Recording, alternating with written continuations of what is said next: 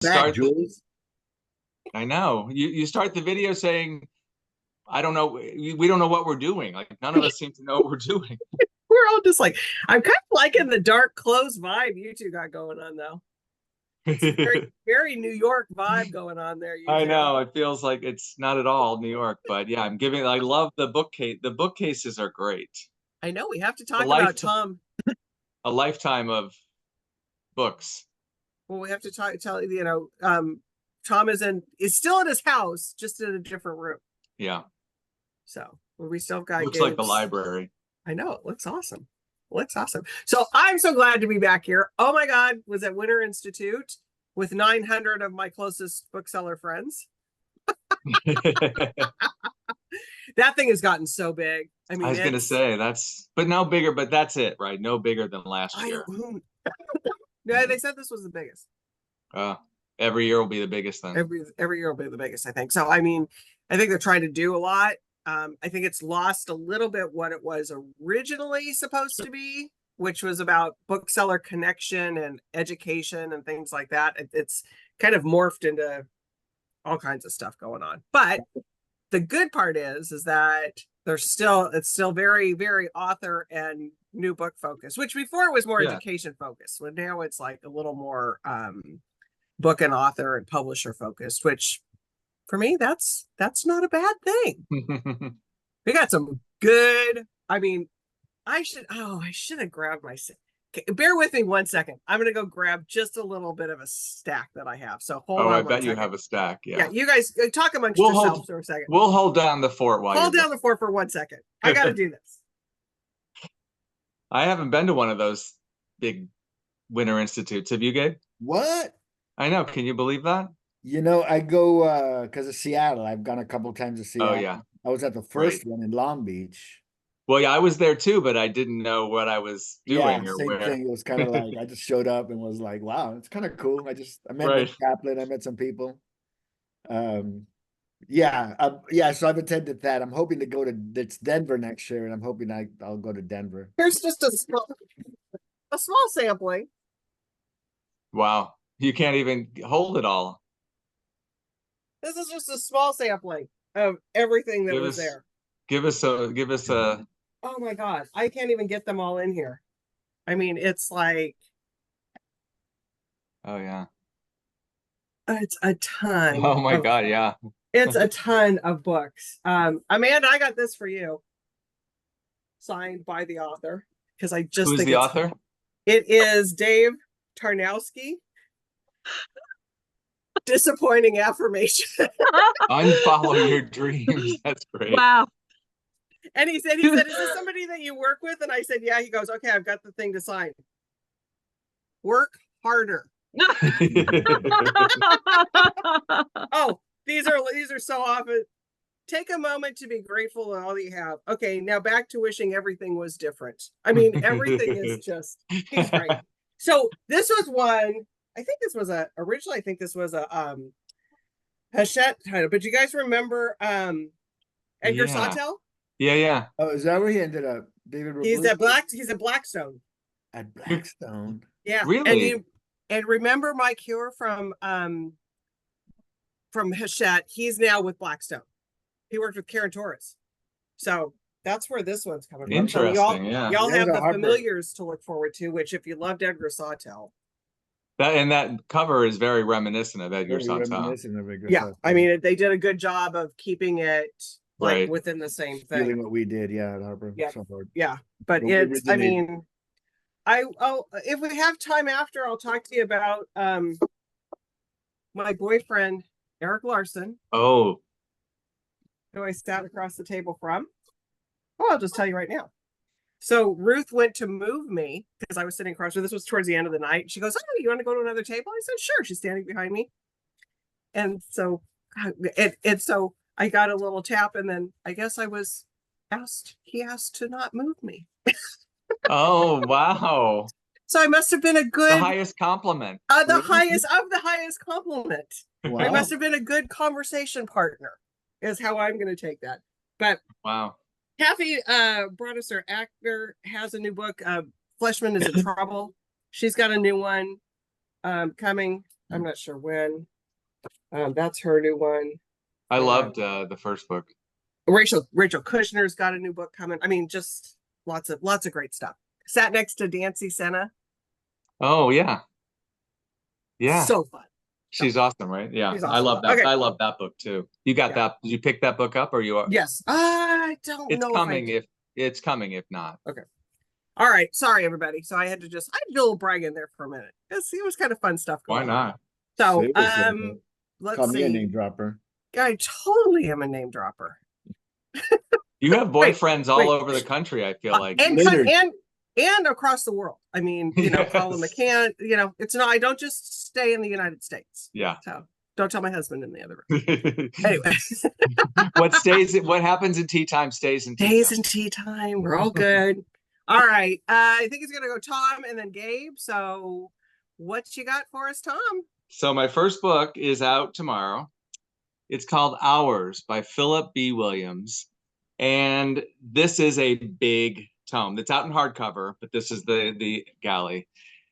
But it's a big, important novel that you just don't see published that often. So it's exciting to have a book like this on our list and to have it finally come out. So it's he's a poet, and I love poets who become novelists. I feel in my experience, maybe I'm thinking of mostly of Ocean Vuong, but like poets who become novelists write concise short books. But this is a totally different thing. He's a beautiful writer, but this is a poet now turned novelist. This is his first novel, and it's set in the 1830s during the time of slavery. And it's about the main character is a woman named Saint, who is a conjurer, and she has been annihilating plantations all over the South, and rescuing the enslaved people in these plantations. And she brings them to what is now St. Louis, or near St. Louis, to create a town of their own called Hours. And it's really like a myth. It's kind of hard to wrap your hands around, literally. Like, it's a real place, and yet it's also a mythical place. But it's a secluded community where these formerly enslaved people can live their lives freely. But so it's about the creation of that place. It's about what happens when freedom comes and the complications of that. It's told over 40 years, so it's multiple generations. It's an incredible achievement that I think the reviews are going to be incredible. We'll be hearing about it all year long. And what I also love about this book, it's the editor of this is Paul Slovak, who retired from Viking at the end of last year. And so to me, Paul is like a legend in publishing, 40 years in publishing. So this is one of his final gifts to all of us. And he wrote a letter at the beginning where he describes the book. He says, "It's been said that poets write the best novels. As a longtime editor of both poetry and fiction, I couldn't agree more. Philip's poetry has won acclaim for its formal inventiveness, its lyricism, its exquisite attention to detail and language. Once is a profound work of the imagination, an expansive story of redemption, power, and humanity, and I am beyond excited to share it with you." So it's exciting to have one of Paul's last books. Paul is the editor of he's edited T.C. Boyle when he was with Viking, Amor Towles, a wide range, and then so many poets. So Hours and it has this gorgeous jacket. I think the art was done, I feel like it was done specifically for the book. Great Britt Bennett quote on the cover, a beautifully written and ambitious epic about the complexity of freedom. So if you want to dig into a big, important, meaty book, Hours is a great one. Yeah, that sounds amazing. Out tomorrow, you said? Out tomorrow. Yeah. And Ocean Vuong, and then the new book, Martyr, he's a poet as well. And yes. Right. There's just something about the way they write that's just... Yeah. Any prose, I think when they write, I first noticed when I read Mark Doty's memoir, Heaven's Coast, I'm like, what a beautiful piece of writing that was. Yeah. It just transports you. You're telling a story, but it transports you in a different way. Yeah. All right, Gabe. The Power of Words. Yep. It's like that Dan Mason, you pick that up and it's like, wow, you just start reading it and the words are so rich. Okay, before you start talking, before you start sharing, Tammy Greenwood's on here. Tammy, I'm gonna see you in like a couple hours, aren't I? I see you're on tea time. I'm on tea time. We're both gonna be like running down to the store for an event, I hope. Yeah, for Tammy's event. Her new book's called The Still Point. That's out. Is it lunch tomorrow? Probably tomorrow. Yeah, probably tomorrow. But it's so good. I'll try and bring up a screen share of it because the cover is great. I'll screen share after you're done, Gabe. Okay, go, Gabe. So my first book, Son of Blood and Ruin. The fantasy world has gone crazy. The romantic fantasy has gone crazy these days. That cover is great. This is a great cover. Just those colors. I mean, a great looking, and it's pretty representative of what it is. It is sort of a Zorro retelling. It is but way more fantastical and semi otherworldly. It's 16th century New Spain.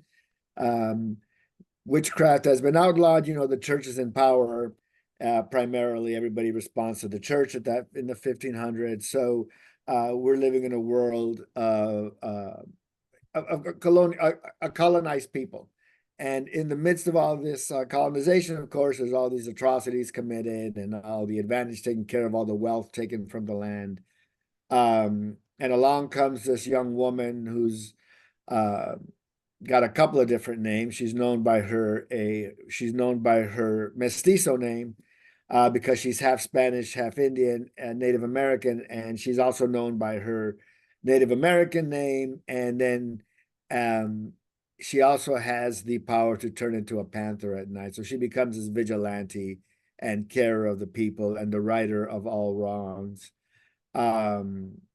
She's a sort of, very ordinary woman by day, so no one, of course, suspects what she's capable of.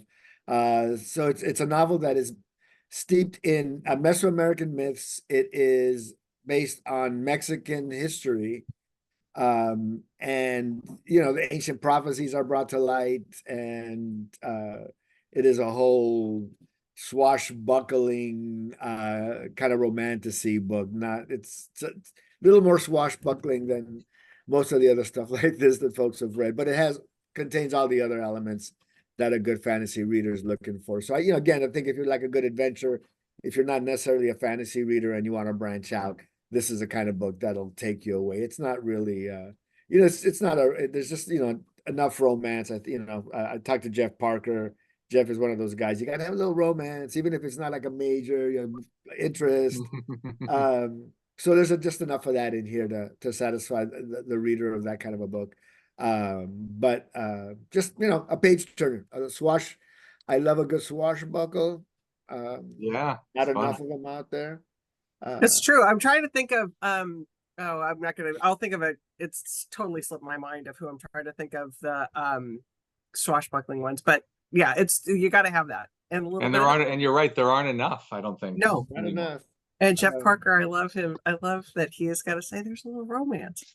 Yeah, he's got his rules. I love Jeff. He's I love it. He's a solid writer. He's got his rules that he follows. He's got his plans. He's very organized.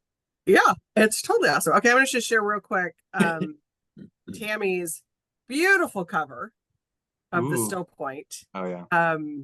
Isn't that a great cover? Yeah. Oh yeah. I love that cover. And it's all about the ballet world and moms, and it's got like Big Little Lies stuff going. It's Tammy, I think it's one of your best. It's one of my favorites of yours. So can't wait to hear you talk about it tonight. So Tammy will be at Warwick's tonight. Excellent. Yay. I'll have to check it out. I'm actually reading a ballet book right now that we're publishing in the fall. Okay, well, come read Tammy's. I might have to check Tammy's out. There you go. All right, Tom, what do you got? All right, so attention all book clubs. The Rebecca Makkai is out in paperback tomorrow. So I have some questions for you. Can we hear you? Can you hear me? Yeah, okay, good. So Rebecca Makkai's, I have some questions for you, out in paper tomorrow. So we've talked about this on Tea Time. Rebecca Makkai, Pulitzer Prize winner, National Book Award finalist for The Great Believers. Also, I think that was a one book, one San Diego pick. I think, is that right? Great Believers, I think was. Yes, Great Yeah, Believers. I think so. Yes, Yeah. yes, yes, yes. Anyway, Not so this one. Not this one. Great Believers was. yeah, Yes. The Great Believers. So this book it's a page turner. It's about in many ways it's about our cultural obsession with true crime. It's about a Bodie Kane is the she's a podcaster. She teaches film.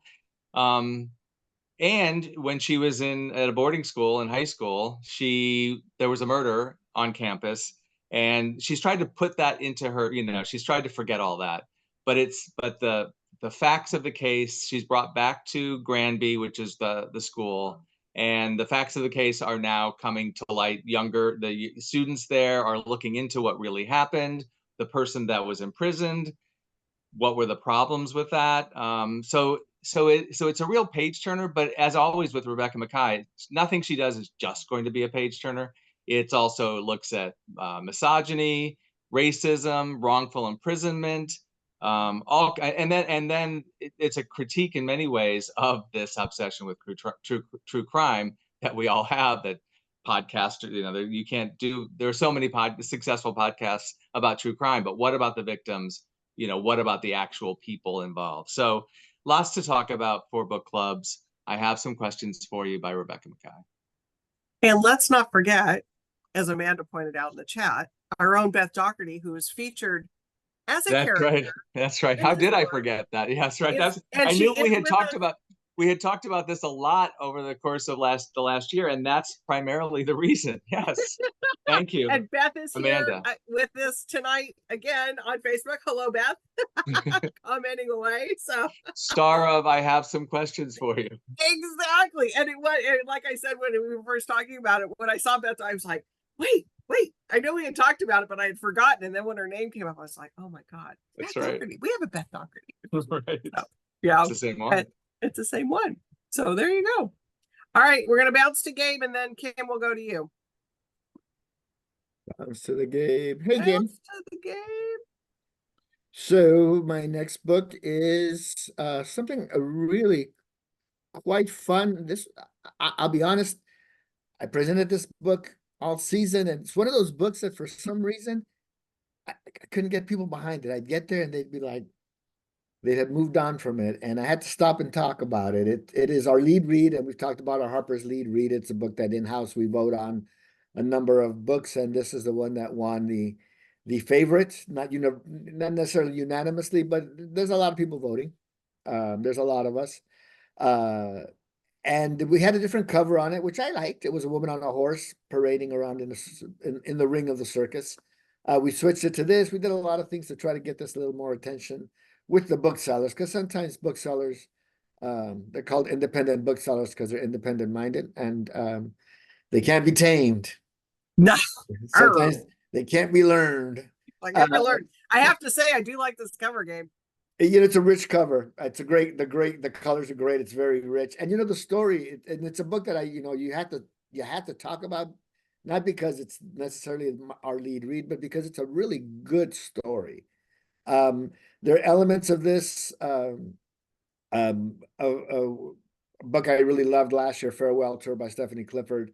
This is a canvas. This is a young woman who at 4 years old, her mother drops her off at an orphanage, and she is stuck in this orphanage until she turns 7, where she's sold to a circus to be the younger sister of one of the characters. So she grows up in this circus, falls in love with a roustabout, has a love affair, lives her life, and we go through a chunk of her life, and then we move forward.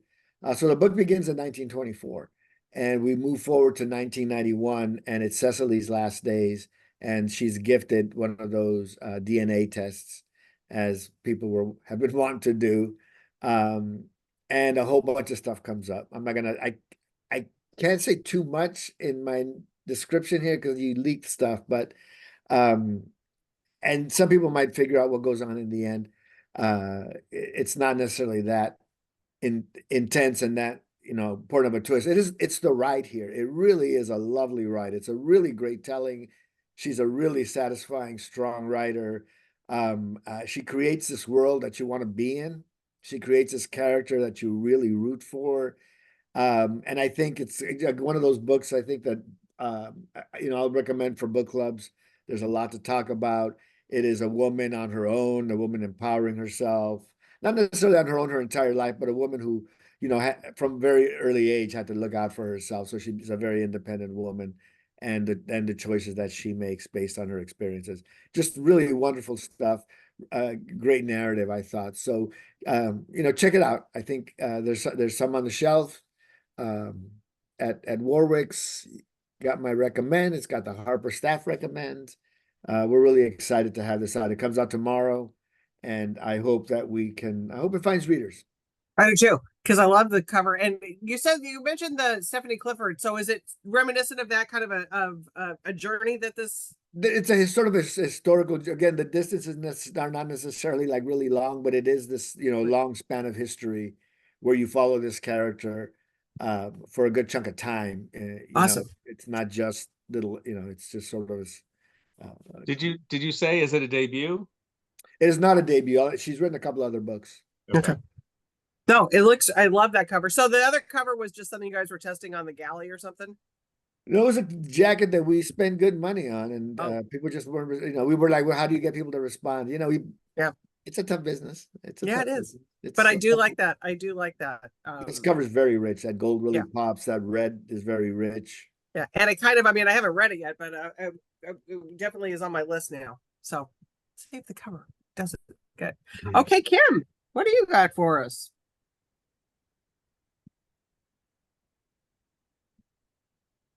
You're we can't hear you. Okay, sorry. My first pick comes out April 2nd, and I recommend pre-ordering it now because it's fabulous. It's Table for Two by Amor Towles, who of course wrote The Lincoln Highway, Rules of Civility, and A Gentleman in Moscow, one of my all-time favorite books. And Table for Two consists of 6 short stories and a 200-page novella. The short stories are mostly set in New York City in the early 2000s, and while the novella is set in LA in the 1930s, the golden age of Hollywood, and it features the character Evelyn Ross from Rules of Civility, and it's really cool. And the stories are all filled with flawed and sympathetic characters and involve the role of fate and chance encounters in their lives. And each story has an elegant twist that sort of changes everything. And these moments, these interactions, mainly occur between 2 characters facing each other across the kitchen table. Hence the title, Table for Two. And what I love about this book and Towles' writing in general is his subtlety and sophistication, his keen observations and wit, and his wisdom and sort of generosity to our flaws and weaknesses, our humanity. And I just devoured these stories. They sort of refreshed my soul. And I think this book will have wide appeal, men and women, young and old. It's a delight, really entertaining. These little ironies that he throws in there. He's the master of that. Yeah. He's so good. And he's at his finest in these. I wasn't sure what to expect with the short stories, but he rocks the genre. Exactly. And awesome. I think that even if you're not traditionally a short story reader, if you're an Amor Towles fan, each story will satisfy you in its way. I completely agree. Because didn't after Rules of Civility, didn't he write a novella that he just had on his website? Yes. But that was Eve in Hollywood, which he's now expanded. That's the novella that ends this collection. Right. Okay. And it's better. I've read both versions, and yes, it's so much. It was great originally. It was fun, but now it's really expanded. It's 1,000 times. Okay, and I see that Amanda's put on because here's some more name dropping. Wait, are you ready for me, Gabe? Whoa, ready what? What? We get ready to catch. Who's left, Jules? Who's left? God, ready to catch? I mean, who's left? Who don't you know? Put your hands out to catch. So we're hosting Amor. On April 10th, down at Point Loma, Nazarene. So he will be down. So if you're anywhere within the San Diego, LA area, come down and see him. It's always a great event. Anytime you get a chance wow. to see him. One of the very best Oh, talkers and I'm presenters of his work. Of his I'm work. so I mean, going to just that. the conversation is awesome, amazing. And so Amanda has dropped into the, if you can't and you don't live in the San Diego area or near and can't come and see him in person, because a book will be included with that. She's put the link into pre-order. So we always love the pre-orders too. So I will ship that to you wherever you're at. Okay, Tom, we're Oh, a it's back to lightning me. round. Oh, lightning round. Okay. This is a Are we? true, yeah, I think you're right. Perfect lightning round. This is a pre-order, but just by a week. Since I won't be here next week because I'll be in New York for our version of a sales conference. CJ Box is out next week. So 24th, Joe Pickett, 24, but he's one of these rare ones where he just always delivers. Like there isn't really a clunker in the bunch. So Joe Pickett is a game warden, of course. And so in this book, there's a grizzly bear on the rampage, and the grizzly bear has killed the potential fiance of Joe's daughter. So there's that part of the strand of the story. At the same time, there is a bad guy who's been locked up by Joe Pickett who is about to be released, and he has a list of names of people he wants to take out. These people help to get him in prison, and so you have the grizzly bear, you have the killer on the loose. It's perfect, CJ Box dealing with a lot of and he always manages to deal with the issues around of the day, but also around national parks and nature and all of that. So PW says Box maintains expert suspense throughout, shrewdly exploiting the story's animal and human killers to set a series of diabolical traps for his hero. It's another high point in a series full of them. So that's perfect. I love that. It's another high point in a series that has a lot of high points. So yep. CJ Box on sale next week, 3-inch teeth. He definitely doesn't disappoint, and he's got a rabid fan base too. Yes. He's got a great fan base, and he's not that he's not my boy, but Tammy, we hosted him. Tammy was in love. Let me tell you, he is a charmer. I've watched it. I've watched him work. I've watched that happen. He is definitely a choice hat, and he's got it all going on. You got Craig Johnson and CJ Box. It's cool. Oh yeah, and Craig's a hoot. Yes. That man is funny. So it would be wild to get them in the same room together. I don't think that's ever happened, but I don't know if I could. I don't know if it might it might be too much. Yeah, right. Not implode in a bad way, in a good way. Yeah, no, but we just all couldn't handle it. Yeah, it would be too much. Our brains would be going. We'd be like the bots on Austin Powers. I don't know why I brought that up. Anyway, save me, Gabe. I think your brain just exploded, Julie. I did. Sometimes you're just in an Austin Powers mood, man. Just got Austin Powers on the brain. What are you gonna do? What's she gonna do? What are you gonna do, baby? Baby.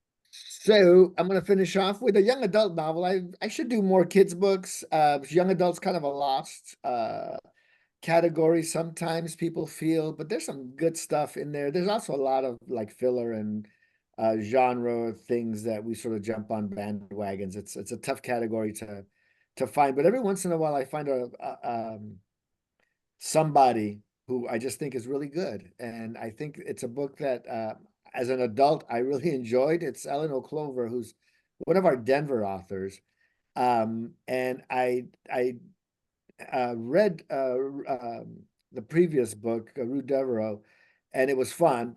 I read it kind of late. It was kind of after I'd sewn it in, but it was fun. But this book I really like. This book is a real charmer. It is a young woman, Audrey, who has got a very staid life. She's got very tight parameters. She lives her life within the lines. She's not anything to write home about necessarily. She's a very sweet person, and she's on her way to med school, doing all the right things, right? Making all the right choices, and she's on her way to med school. The hook here is that Audrey's mom, Camilla Saint Vrain, is one of those people who is onto all the fads. So she's, yoga, she's meditating, she's doing all these things. And 25 years previously had written a book Letters to My Sunday Daughter, which was a book about self-love and treating yourself like you would treat your future daughter. And like everything else about Camilla's life, it's very postured and it's very um, sanitized, and it's very much about her, all about her. So obviously a lot of dysfunction, because the woman that wrote these letters and she became a star is not the mother that that Audrey had. And then as she's on her way to medical school, mom asked her a big favor. Will she go on tour with her to celebrate, promote the book's 25th anniversary? And of course, being the dutiful daughter, she agrees to do it in spite of reservations. So she's got to hold back on college, on her med school entry, where her boyfriend is going to be, and hits the road with her mom and her entourage, because she's got to have an entourage, and kind of falls for one of her interns. But in that, it's the journey of discovery. It's, you know, a little bit of a picaresque novel. Kirk has called it heartfelt and poignant, heartfelt, and often funny. And you know, it's kind of very simplistic, but that's the kind of book it is. It is very matter of fact. It is this really great journey with this character. She starts off very flat and very, you know, ordinary, and along the way she finds herself, and just the way it's done, I just really liked. Like, you know, we've read, like I always say, we've read these things before, a lot of these things before. Once in a while you read something that's really well done, and she did. This journey of discovery was very organic. It felt very organic. It didn't feel like it was very, oh, precious. It's not too precious, it's not too forced, and she doesn't jam everything into the end where everything resolves the way she wants it to. It really is a nice ride all the way through. Sounds great. Awesome. Sounds really good. And like, and you're right. I mean, sometimes but I love about the way it can go between ages. I mean, lots of different ages, you know, and that sounds like this one for sure. Yeah, like I said, I'm talking about it because I just thought, well, it's a really touching story. It made you feel a little bit. Yeah, love it. All right, Kim, what you got for us now? Okay. My next book it's a cute little book. It's on our fiction table. It's called The Kamigawa Food Detectives, by Hisashi Kashiwagi, who's Japanese. It's been translated beautifully. And it was a bestseller in Japan, and always a good sign. And it's really fun. It's about a small restaurant. You know, it's on a little side street. There's no sign, run by a father-daughter duo. And they are not only serving meals to regular customers, but they are food detectives. And through their rather ingenious investigative methods, they are able to recreate dishes from a person's treasured memories. People come in and they say, I remember this dish from this time in my life, and I'm craving it. I want to experience this dish again. And so they recreate these for these people, and in doing so, they help them heal, they help them move on, they help them get used to a new situation, sort of by helping them revisit past mistakes,